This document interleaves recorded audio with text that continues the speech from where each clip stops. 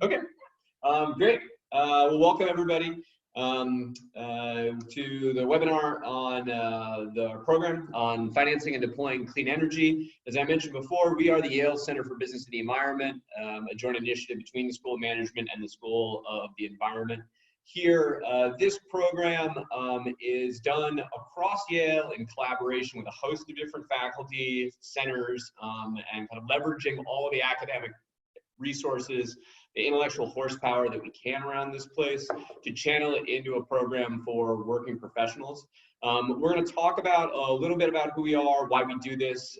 Vero is going to really lead us through why we designed this program, why we think it's important, and what are the trends in energy that are shaping this, and why we think that you all are particularly a critical resource in where we think the world needs to go, how things need to head, what kind of actions need to be taken. And we'll get into the what, like exactly how does this work? If you're new to online education, or if you've thought about these hybrid programs before, what does this look like in practice? How can I see myself in the program? A critical element of this is your questions. So as we start out, you can look at the question box, make sure you're typing them in throughout the time that we're speaking, anything that comes up. We're going to address those all at the end in the Q&A section. So Coral here will kind of be moderating that, curating it, and we'll respond to everything that comes up. All right. As I mentioned, this is the kind of the two home bases of the Yale Center for Business and the Environment. A very brief history lesson on this. The Yale established the first forestry school in the United States around 1900 with really the mission to preserve and enhance natural resources for future generations. Yale School of Management was founded in the late 70s with a different and distinct approach to management education and leaders for business and society. And so the two of these schools were really driven by the students coming here to come together and build programs and collaborative efforts. So it's got the longest running joint degree program where students get 2 degrees in management and environmental science of its kind. It's had a shared history of collaboration between the deans, and because of that, we were selected as one of the first to develop pilot program out of Yale for working professionals. Really, where do we harness the best and brightest from around Yale who work on issues of clean energy and put forward what we think is the best program of its type in class for folks who are interested in exploring the trends on policy, technology, finance, and innovation in clean energy. And so this really fits into our mission, is that we are here, our purpose and intent is to educate and inspire interdisciplinary leaders through pioneering business solutions to systemic environmental problems. And yeah, that's a mouthful, but what it looks like in practice is creative, talented, dedicated, and purpose-driven people in networks sharing resources, ideas, connections, and being able to think about how do we get a sense of the questions that we need to ask, the shape of the problem that we're trying to solve, and who has got elements of it that can connect. And this first cohort, which we'll talk about, we're incredibly proud of, surprised by, impressed in the depth of experience, the breadth of their abilities, their kind of engagement and continued push to get more out of us, to get more out of the topic, and to be able to really find areas where they can immediately turn what they're learning into practice in their working lives. And so that's like, we get really, really jazzed about that because we see very quick turnaround for really smart people doing things in the real world. So this is where Yale's mission comes in, is that with the timescales that we have to address some of the challenges that are out there, Yale as an institution and as a public good wants to be able to share our intellectual assets, our approach more broadly with the world, and really put that into the hands of people who can make decisions, move policy, move money, change a business model now. And this certificate's mission is to really be that nudge, to accelerate the deployment of clean energy, to mitigate the preponderance of evidence of how we have to deal, and we have to deal with quickly and effectively climate change. And so we're going to talk about the trends, what we're seeing, where things are going fast, and where we need to speed things up, and how we hope to do that through the certificate program. And I'll turn it over to Vero, who I just want to pause and say, like, you see something really good, and there's usually somebody incredibly talented behind it. Vero is a person who is not going to speak about herself in broad terms, but I will because that's my prerogative.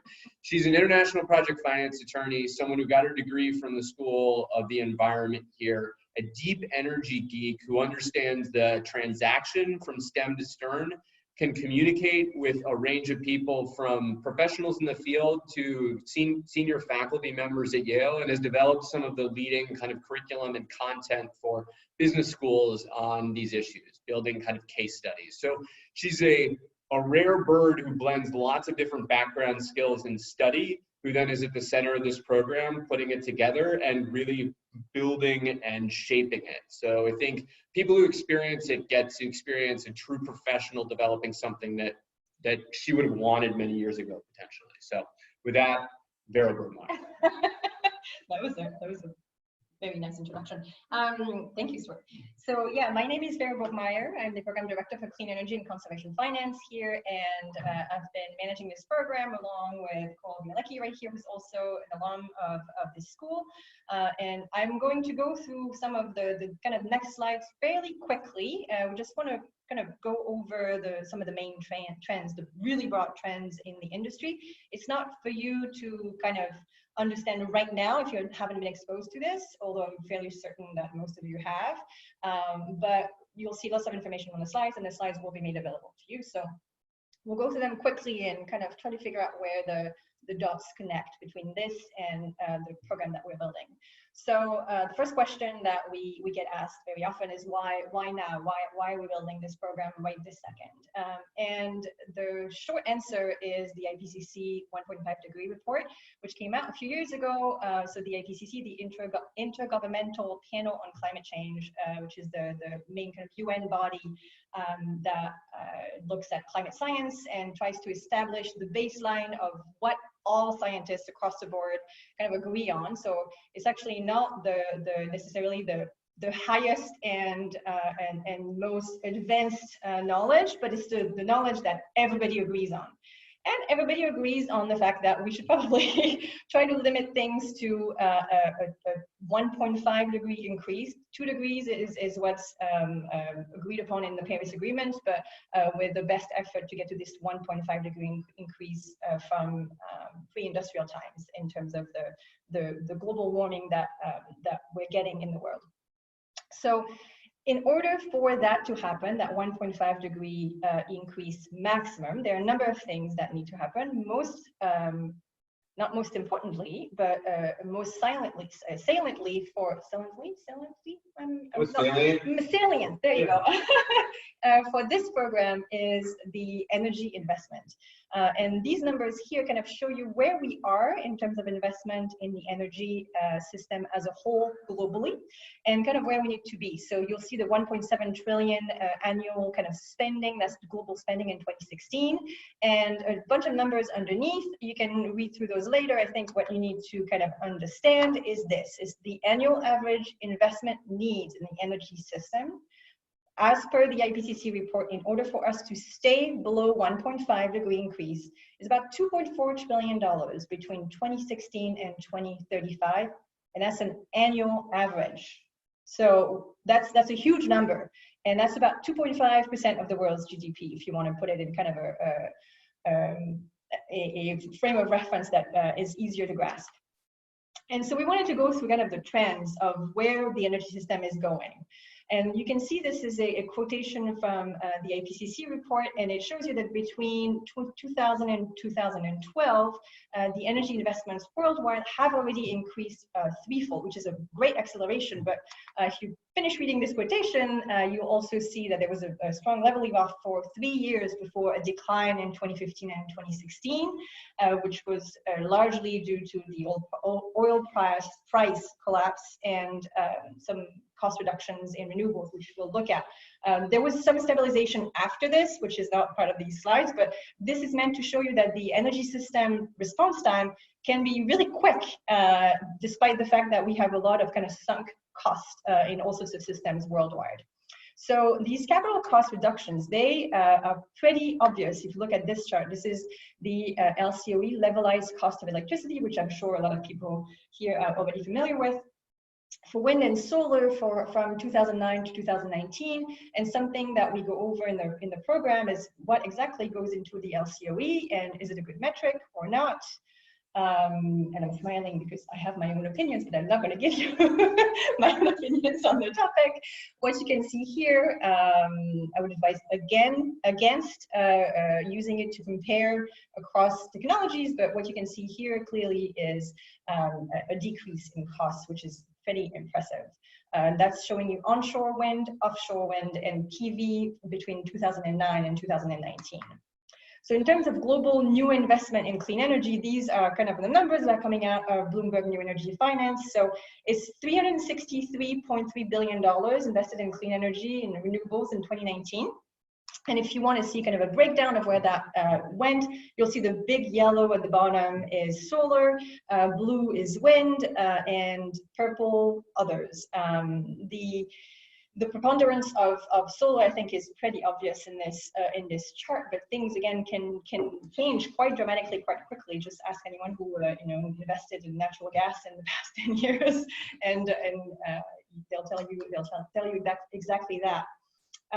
These are some numbers on the left from UNEP, so the environmental program from the United Nations. In the past, just for the past decade, and that shows you that in that decade, there was a 3-time increase in renewable energy investment compared to the previous decade, and that excludes large hydro. So we're talking about a really phenomenal growth, and it's still a very tiny portion of the energy system, but it's growing very rapidly and steadily. Yeah, phenomenal growth. But going back to your original number, like we need 2.4 trillion a year on average. We've invested 2.6 trillion over a decade. So we have to get moving quickly and need lots of people deploying capital in the right places at scale. And so that's we need you. That's why we need you. in a sense, that's what it is. I think that's part of what Stuart was saying earlier is, we graduate a number of students, including us, who all graduated from here, a year. We need to accelerate that. We need more people coming out with the right knowledge and the right skills, working in this area. And the advantage of doing that online and targeting working professionals is that they're already working at solving this issue. So we're trying to just make essentially what you're doing, making you better at what you're doing already. So that's kind of the little tying the bow around the present. So going back to this though, this is a picture from IRENA in 2018. So it's a little old in the sense that these are 2016 numbers, but they're solid numbers. What I'd like you to look at, this is the global landscape of renewable energy finance, right? So that's showing you the flows of all funds that go from the funders to the projects, from left to right. So that's how you read those things, from left to right. And if you look at the orange kind of square at the bottom, you'll see that most of the sources of funding are private in renewable energy, and they also go mostly to private recipients. So it's very, very important for people who work in a sector to understand what makes the private sector tick and how the private sector thinks. It doesn't matter if you're a policymaker, if you're an NGO worker, it really is, in my opinion, it is irrelevant. Everybody needs to understand how this system functions, and it's a really, really complicated, complex system. So we're going to try to, over the course of the program, our attempt at clarifying this is driven primarily by this chart right here. You'll see that the private sector here, these are two recent examples. I'm sure a lot of you have already heard of this, but BlackRock came out recently. Larry Fink, the chairman and CEO, came out essentially saying that climate was going to start to, he and his organization were going to start taking into account climate as a core principle for evaluating the investments that this asset manager makes, and this is the largest asset manager in the world. So quite a bit of movement happening on that side. And Microsoft on the right, they came out saying that by 2030 they'll be carbon negative, and 2050 they'll be removing from the environment all of the carbon the company has emitted. directly or by electrical consumption since it was founded in 75. So these are lofty goals, and they're going to need people who understand how you get a project going. Another big trend recently, I'm sure you've heard about this, the rise in corporate PPA. So this is the renewable energy power investment in corporate PPA on the left between 2010 and 2018. And you can see this really kind of big, strong, very strong increase. The chart on the right, I'm not going to go through it, but go back to it, and it's just to show you kind of the scale between 10% of the CNI demand worldwide, and not worldwide, sorry, US and Europe, and the rise in PPA and the megawatt hours essentially installed. This right here is something that kind of connects the dot between the technology, the policy, and the finance into the kind of innovation bundle. That's a final class in the certificate is on innovation. And green banks are a central part of that. What you can see at the bottom left, the people you see in the studio, it's actually in a picture from the studio backstage, is Richard Kaufman, the chair of NYSERDA. The person who runs how would you describe the New York State Energy Research Authority, and the architect behind REV, the Reforming the Energy Vision in the state of New York. So somebody, and now the chair of Encourage Capital, which just Generate Capital, yeah. Which just put together $1 billion fund for investing in clean energy. Yeah. So somebody who's plugged into all elements of this leads the innovation course and how it needs to come together. Yeah, and he's right there interviewing Bert Hunter, who is the essentially the CIO of the Connecticut Green Bank, and also a heavyweight in the banking industry. And on the right, the chart you're looking at is essentially, so it's the Connecticut residential solar PV deployment and cost, and you can again look at these numbers more specifically a little later, but what you will see is right in the middle it says CGB launched. That means the Connecticut Green Bank was started. And this one change in policy had a dramatic effect, and not just in terms of the cost of solar PV in Connecticut, but in terms of the number of projects and the number of kilowatt capacity deployed. So go back to this chart and take a look at it a little later, but essentially this shows policy matters and innovation in policy matters. And it's happening, and we need to scale up these examples just as we scale up finance. Like, these things are occurring, they're real. This thing won the Nobel Prize of Policy Innovations a few years ago, essentially, but we have the ability to change our systems, our political ones, our financial ones, and business models, right? And we have to just look for those examples that can be scaled up. And that's one that can most definitely be scaled up. And then, so this is just a quick video showing you, things are getting bigger. I'm sure you've seen all those charts of the wind towers getting bigger and bigger and bigger and bigger and bigger. This is in Rotterdam. This is this new biggest, I guess, GE tower getting installed in November. But innovation doesn't necessarily mean new and shiny. It could be old things done better. So this is a proposal in Montana that essentially pairs pumped hydro and renewables. It's been done quite a bit in Germany, and the company that you can see at the bottom, Max Vocal Wind AG. I'm sure I'm mispronouncing their name terribly, I apologize. But they've been experimenting on this, and they have a pilot project, in the US. And there's lots to be done when you start kind of understanding all the parts of the system. So this is kind of the conclusion of our trends trends section, which is complexity is increasing, and so we need people with those skills, the different skills, to connect and collaborate on different approaches. We need policymakers who understand finance. We need financiers who can evaluate technology and political risks in a bit of a better way. Engineers who can advocate for the right policy and who understand how policy is made, and an engaged nonprofit sector to advocate for the rapid acceleration of deployment.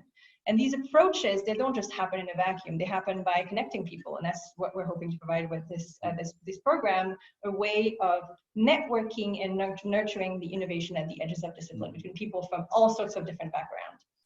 Yep. And I mean, that's the remarkable thing about this first cohort of 76 folks. It's like so many people, whether they have a PhD and they're working at the Department of Energy, whether they're kind of leading regulatory affairs for a wind developer, whether they're working at a national renewable energy lab, whether they're leading work at an NGO, like they've seen a tree and they want to see the forest through, and they want to see it with a group of other people to understand what that looks like. And they've been nurturing and pushing each other in incredibly creative and interesting ways throughout the first cohort, which is now, we'll talk about this, but it's in its third course and about to enter into the fourth one. Yeah.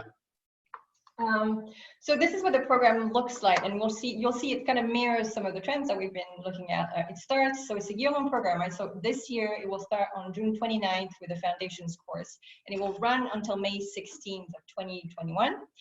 The foundations course kind of covers the fundamental concepts in energy and finance. Then we have a week on campus, which is really an opportunity for people to meet each other, to meet us, to meet the faculty, to experience Yale. And this really like the kickoff of the real thing.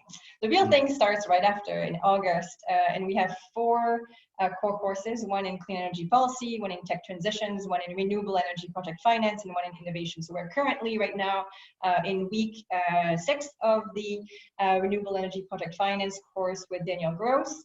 And each of these courses is really supported by a team of TAs and faculty members from Yale and external industry partners, some of which you'll see in a later slide. But this is kind of the main structure of the program. The kind of workload and the structure within 1 week. So the material opens on Mondays, and what's expected is that you would have up to 4 hours of kind of your own work, going through stuff, going through assignments, answering quizzes, and we'll go through that a little more specifically. Up to an hour of video, and that could be video lectures, that could be interviews, that could be we have an audio podcast, and then up to 1 hour of live sessions. So every Thursday at noon there is a mandatory live session, and that is an opportunity for you to ask questions and to get also a compliment on some of the material that's presented in the videos, and we can talk a little bit more about that. But I just want to kind of pause a second here. 4 to 5 hours per week, that's really a broad average. That's what it was designed for, assuming that you would have kind of an average knowledge in a little bit of knowledge in each of these 4 kind of main themes, right? If you are a banker who's never ever done policy before, you're going to need more time to go through the policy course. If you are a non-profit advocate who's never ever done finance before, you're going to need more time to go through renewable energy project finance. But it doesn't mean that it's insurmountable, and we have lots of people from different backgrounds. Everybody's succeeding. We have 76 people, and they're doing really well, and there's lots of support, not only from us, but also from the TAs. There are office hours that are optional, but that are also recorded. There are ways to ask your questions on the website, and we'll go through that as well, and we can answer additional questions if it's not clear. But so this is an average that's expected. So this is kind of what the platform looks like. When you get on, you see what you're going to be doing this week, where you are in the course. You click on kind of this week, what are we doing? And this was from last week, risk and variability, where the participants were looking at how to build in variability in the financial model. So how do you actually go about doing that, and succession of activities. So the videos, here is kind of a sampling of some of them, and we're seeing Martin here on the right looking a little funky, I don't know, but my computer is having a hard time processing all the videos at the same time. But what you can see here is a kind of a phenomenal array of people and teaching styles, and the different types of things we cover. So we have 2 commissioners on the screen of state agencies focused on energy. We have Narasimha Rao on the left, who was has been named one of the climate disruptors of the century by the New York Times. You have a private equity investor, Dan Gross, at the bottom in the middle, explaining in like crystal clear fashion how residential project finance, the project finance system was adapted to the residential scale. You have Michael Ristaglio on the bottom right, going through a lecture on this on solar resources map and giving people some background on what irradiance and irradiation mean, for instance, for the technology transitions course. And then at the top right, you have Martin Aubert, who is someone who's part of the lab of Ken Gillingham here at the School of Forestry, and who is focused on wholesale markets and the way the wholesale markets react or will react to adding more renewables to the grid. So all things that you kind of need to understand. And just to pause here for a second, I mean, these are the people you're going to be learning from, and we'll be kind of learning with. You know, Dan Esty in the middle there, you know, founded the Connecticut Green Bank, is just published a really interesting book that he edited on 40 Big Ideas for a Sustainable Future. Is kind of a innovator in environmental policy and law who's been doing this for 3 decades. You know, Martin has just written an incredibly interesting paper on kind of how the diffusion of solar goes across communities and areas. I know, does self-interest attract more sunlight, which will be published shortly. Michael Oristaglia is the head of the Energy Scholars Program at the Yale undergrad and has deep experience from industry background of over 20 years before coming to teach at Yale. Daniel Gross established the clean energy practice at GE, Goldman Sachs, founded Hudson Clean Energy Partners, essentially wrote the letter to the IRS and the tax equity flip for solar, like that established that as a thing. Katie Dykes is a commissioner at Connecticut who's established whole new ways of doing auction markets in the state to be able to drive down the cost of power. I mean, like, you are getting the group of really creative, collaborative, interesting people with incredible depth of expertise who love teaching. Yeah, so we're really proud. I really like them all. All right, and here Carl is going to tell you a little bit more about activities and assessment and what you get to do in practice, like what these quizzes and what you'll actually be doing. Right, so my primary objective as the delivery manager is ensuring that we create a community of learning and lifetime learners online. And so together, following on your on-campus week, where together you'll collectively establish your norms for engaging with each other and sharing the airspace. I'm going to help you through the following year to sort of carry forward that community that you built at the beginning on campus with us and help you engage with the material even further. So after you say watch a video, then you're going to be working online with either a question and having discussions with your cohorts.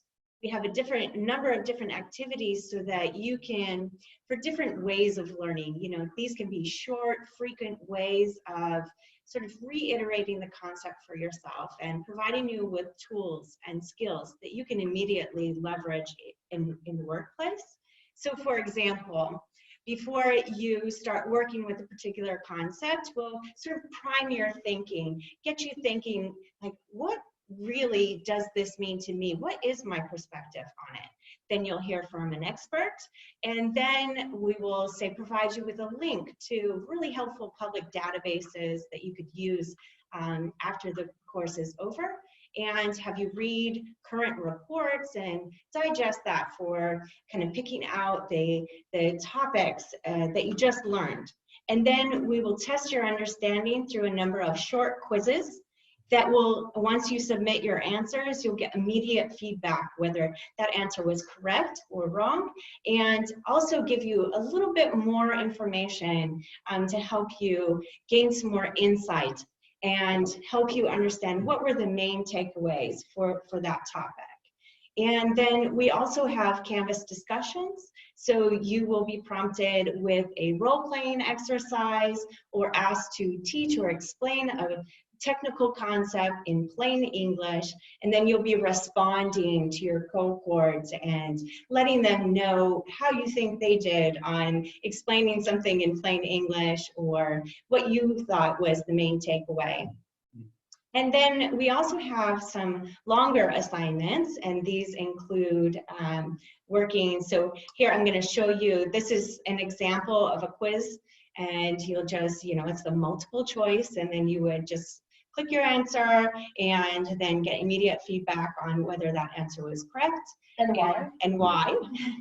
And then we also have discussion questions. So this is a prompt. This prompt asks you to imagine that you are a utility off-taker, and given that perspective, how feed-in tariffs and net metering policies are similar or different.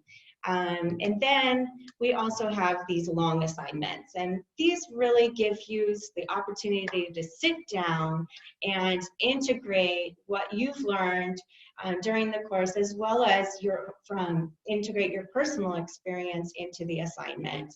And we provide you with very clear step-by-step guidelines, as well as best practices, so that, for example, if you've never written a policy memo before, you don't have to spend your time learning what is a policy memo and how do you write it. You can really get into the substance of putting your ideas to paper in a nice format.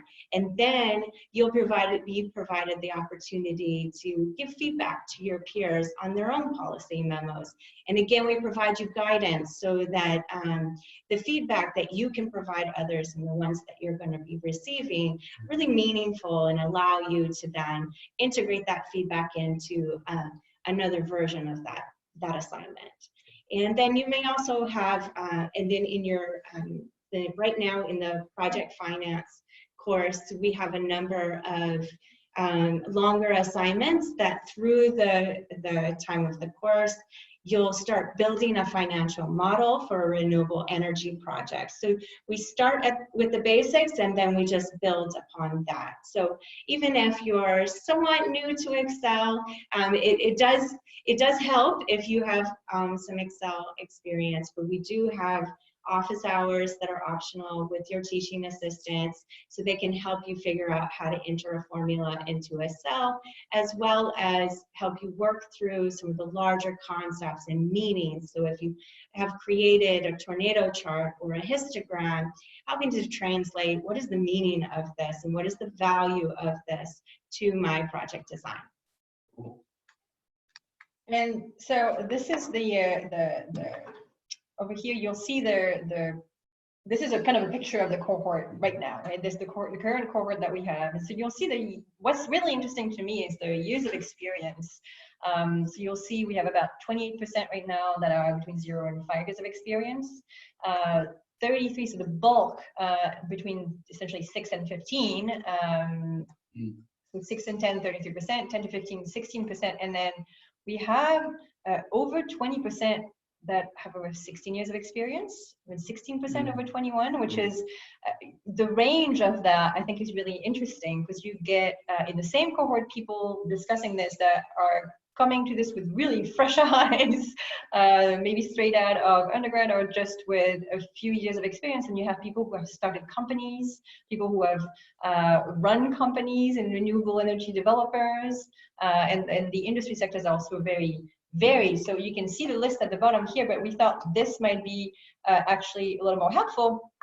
These are some of the functions in the organizations and the countries of residence of the people in our program right now. And so you'll see on the functions, we have Director of Policy and Regulations, we have attorneys, we have advisory associates, we have senior program officers, we have a senior vice president, we have a head of environmental, social, and governance investment, we have several project managers and analysts. So it's really, it's very, very varied.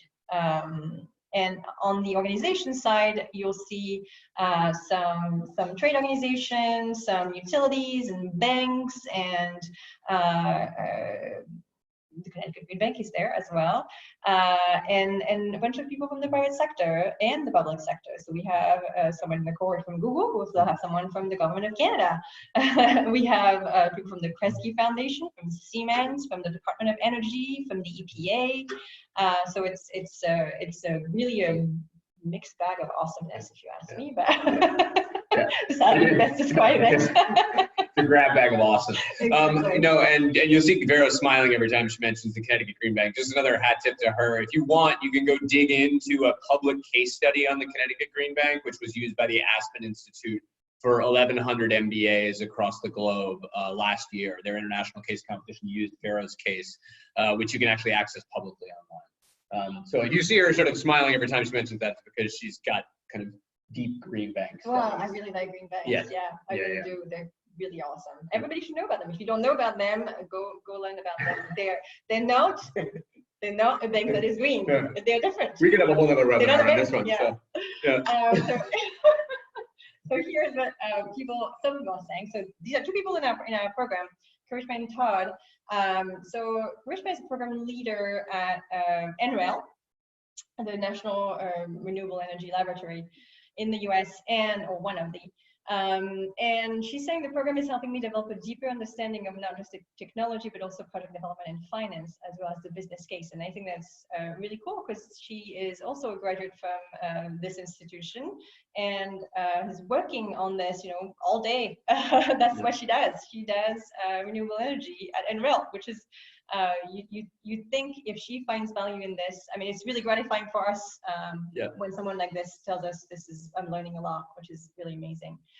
Todd Parker is the director of programs at Michigan Save, and here in this quotation, he is sharing his appreciation for the kind of diversity of the program. And I think this diversity and the kind of the community of practice that we're trying to build in this network is really a big part of this program.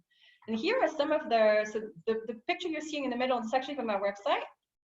And you can see on the right, you'll see a web address. If you go to that web address, or if you can click on it once you get the copy of the PDF of these slides. We have participant spotlights, so we're trying, and we're publishing more as we go through them, but we interview our participants and try to get to dig a little deeper about what they like and what they don't, and improve things. Mostly they like everything.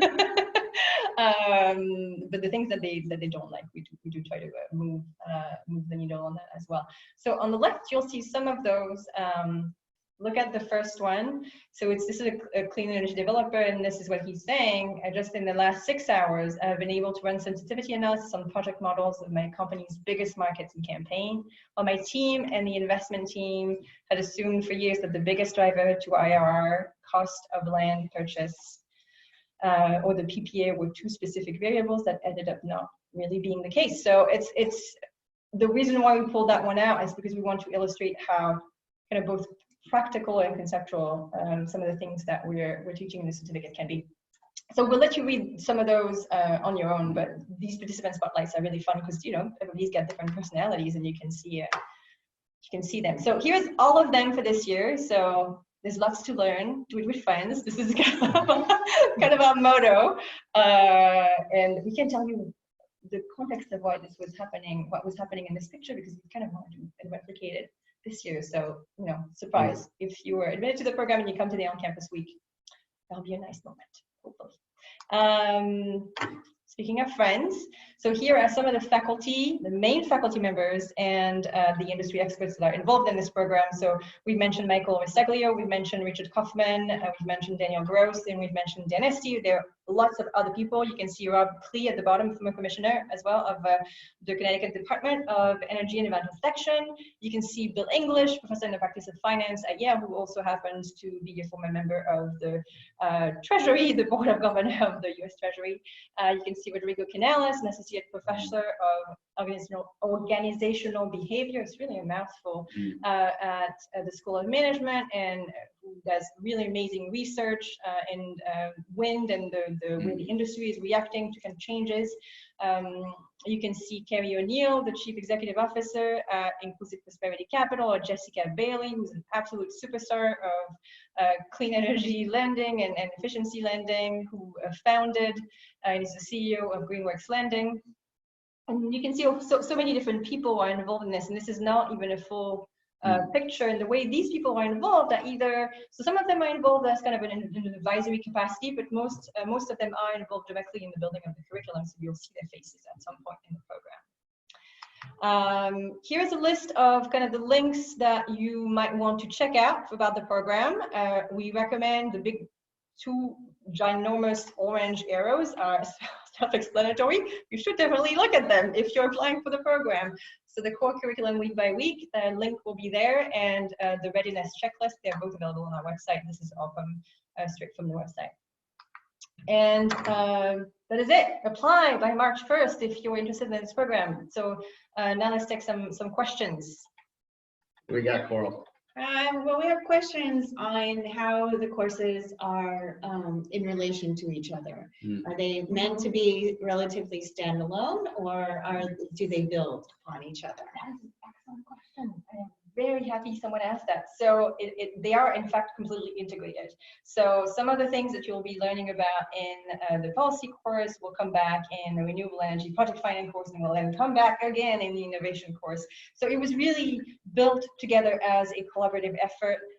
Took a considerable amount of time and energy to get everybody on the same page, but it is very much integrated.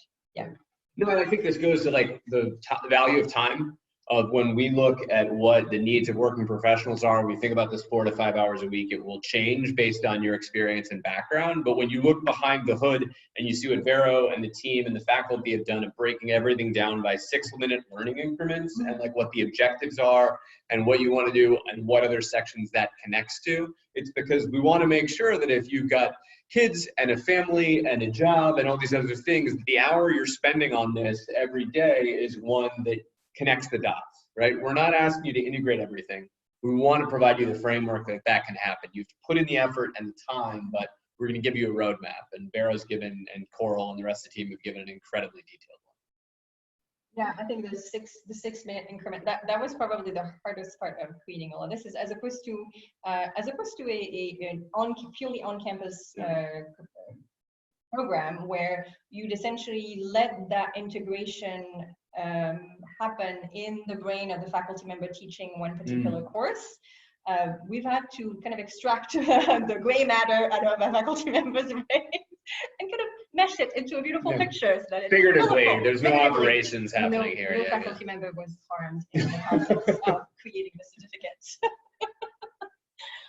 But yes, so for every 6 minutes of content, we know specifically what people are discussing, and there is an assignment that is related to it, and we know how they relate to other parts of the program. So excellent question. Right, and I think this feeds into our next question, which is about whether any of the content is optional, or if they're unable to come to the on-campus week, for example, is that required, or can they get credit for previous works? Yeah, so that's a good question too. So the kind of the flip side of all of this being integrated is that yes, you do need to come to the on-campus week, and every single course is required, and no, what you've done before is not relevant. It's relevant in a sense that we want you to bring your experience and your qualifications and your skills and your excitement for all of this into the cohort. We want you to be able to support each other as a cohort, but we're not going to give you credit for something that you got elsewhere. In order to receive the certificate, you do need to attend or take the foundations course if you're required to take it, which we have a small assessment at the very beginning of the program to decide that. Everyone, absolutely everyone, needs to come to the on-campus week. That is completely non-negotiable, because again, this is really when this is the kickoff of the whole program. So if you're missing that, you really will be missing on quite a lot, and particularly in terms of network building, this is really important. And then after that, the courses, because they're built on top of one another, we don't offer any kind of option to opt out of anything. However, one thing that we do offer is that some of the material, particularly in tech transitions, for instance, we know that because people come in with different levels of content, expertise, in tech transitions, in clean energy policy, and actually this week we are in renewable energy project finance as well. We have some optional content for people who want to go a little further. So if you're already up to speed on everything that you need to in order to pass a specific course, you have additional content available to sink your teeth into. So this week it was some fun assignment that Coral and Dan euros designed together. So sure. yeah, sure. The required exercise was to build a balance sheet. And then if you already felt really comfortable with that, you could take it a step further by incorporating working capital into your balance sheet, as well as we had another optional activity where you are, we called it mission difficult and not mission impossible, in which you are, you go through a balance sheet that has a number of small errors up to more increasingly complex errors in the balance sheet, and it's up to you to identify and fix those errors. So that's just, and those were some optional activities. So depending on how comfortable you were, you could really get into the weeds of it and really test out your finance muscles. And these are entirely ungraded. This one particularly was entirely ungraded. But in the tech transition one, for people who tend to panic a little more when they see Greek letters and math showing up on the screen, the ones that the optional material was graded, but only for extra credits. So it's kind of an extra opportunity to practice if you're just interested in practicing, but it's also an opportunity to get more points if you're worried about your grades, which you shouldn't, because no one is doing this for grades. We're all doing this for content. Yeah. So. Yeah. And it went just on the on-campus week. One thing I want to mention is the most asked question we got in the on-campus week was, when are you bringing us back to campus so we can all get together again? And the cohort currently has been kind of activating and organizing and figuring that out. And so they are working to get themselves all to campus to meet you all at the end of the time. So they're trying to figure out a way that they can all bring themselves back. And we can help and see each other again. Although they have, also for reference, a number of them have been going to conferences together. They've been having drinks together. So they have a WhatsApp group that they communicate in, and they're very active socially, which is been really fun to see people forming friendships and forming business relationships and just kind of continuing to engage outside of us. And they've been able to do that successfully, even though everybody's sort of comes from around the globe. So we think that there's a number of ways that you can engage, even if your time zones are a little off. Yeah. What else we got? So we had some questions about whether this was geared more towards the US or Europe or the world. Yeah, that's an excellent question too. So on the clean energy policy, there's no such thing. There is a global climate policy. There's also global climate investment policy. There is no such thing as a global clean energy policy. That just doesn't exist. Clean energy systems are local, so clean energy policy has to be local. However, so it means that the way we've structured it is mostly about the US policy and US markets. However, we bring in a number of different ways what's happening elsewhere, obviously.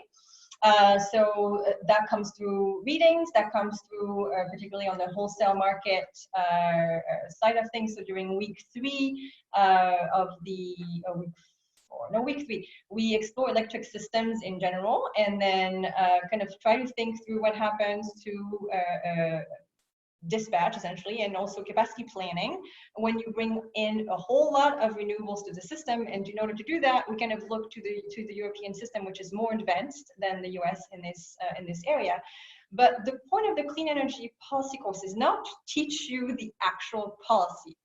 The point of the clean energy policy course is to teach you how to think about policy, what the different types of policy may be, what the pros and cons of them, and what influence they have on financing and deployment of renewable energy. It's not, we can teach you something right now that's going to be relevant in 2 months. So that's not super interesting. However, we do talk through a number of different frameworks to think about policy and apply that very specifically by having you create a policy memo of your choosing. That we encourage people to submit to whoever that policy memo is relevant to. And that policy memo really is an opportunity for you to apply some of those learnings in your own jurisdiction. So we have people here in this cohort who've sent their policy memos out to the County Board of Arlington, Virginia. We have people who send their policy memos to the Minister of Energy of Togo. We have people who've sent their memos to their supervisors in kind of large companies. So it really is a question of how you are going to cater this to your own interest. However, the core of what we're using to kind of tease out those learnings, so the difference between net metering and feed-in tariffs, is going to be primarily US based. So that's something that people should know coming in. On the technology transition side, well, that's applicable everywhere because the laws of physics are exactly the same in all countries in the world. But we do have a part of that course as well that's trying to tease out how different energy markets and how different energy systems might be different. And there are, in fact, very large differences between an Asian system, a European system, an African system, a sub-Saharan African system, a North African system, a Northern American system. So, we try to tease that out as well, but primarily we go through one technology every week, one renewable technology. I'm simplifying, but pretty much, right? And irradiance is the same whether you live in Gabon or you live in Paris or you live in Beijing or wherever you live. On that topic, could you tell us a little bit about what technologies are covered by this course? Is it just limited to wind and solar? Yes, that's a good question too. So the first part of the first module of the technology transitions course is on kind of energy systems as a whole. The last module of the technology transitions course is also about energy systems as a whole, but kind of taking it from the end side rather than the source side. And then week after week, we go through the current energy system. So we look a little bit at nuclear and at fossil fuel and at coal, including coal.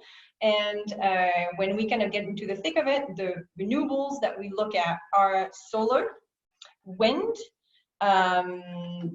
tidal, waves. We look at ocean thermal. We look at, it's been a while now, I'm forgetting already. What else do we look at? We look at energy storage. We have a whole module on energy storage. And I do mean energy storage, not just, lithium ion battery, but also all the fun things that have been happening in that space. And we look at the transmission and distribution system as well. And what kind of professional backgrounds or experience are we looking for in the program? We did cover that a little bit on showing what the current cohort makeup is, but there were some specific questions stating I'm from this background, or I'm working exclusively on off-grid access, or so just a little bit more. I think people are wanting to understand, are they, is this program for them? So I think you can see yourself in the whole cohort, depending on who you are. And that's the part where you've been the most, I think, pleasantly, not even pleasantly, just incredibly surprised and thrilled by the reaction of people with 5 to 40 years of experience who are working in a variety of professional settings, who all bring differing levels of experience.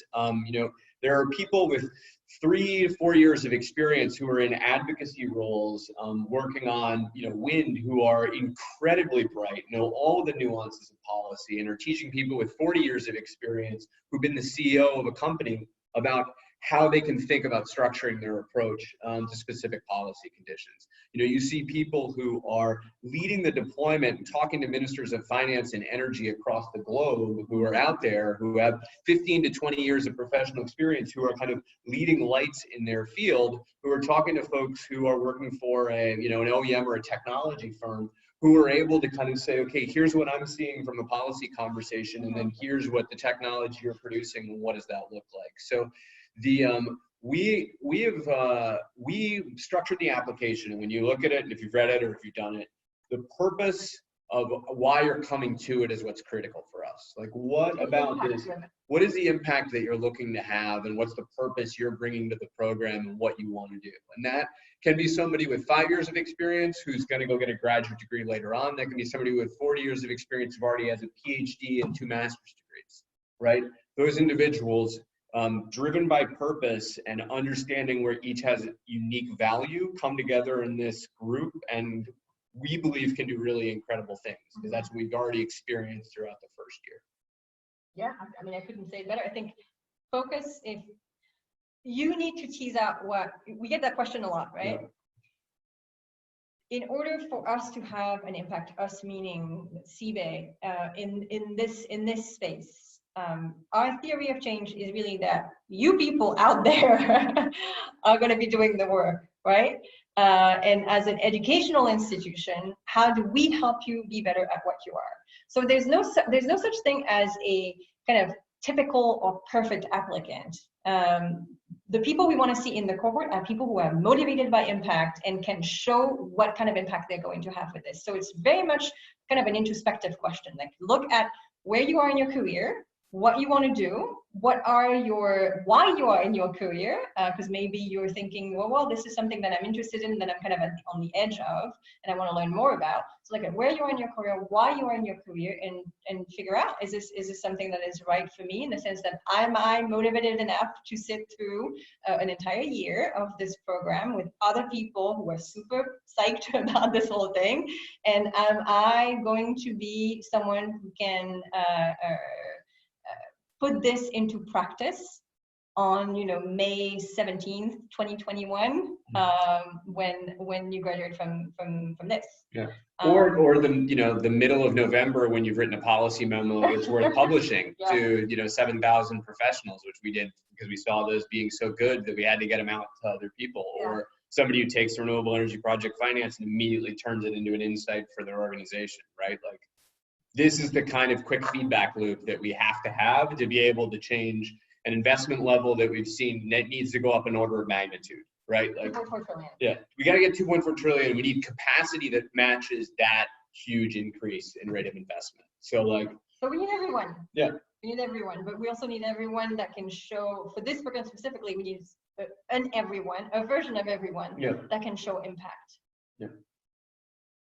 And then I think the remaining questions that we have are more technical in nature and can be answered on our website, such as how much is the cost of the program, and are scholarships available, and when does the program start, etc. Yeah, the cost of the program is $9,500. There are scholarships available. There are few, but if you need a scholarship, you can apply when you're applying for the program. It's part of the program application as well.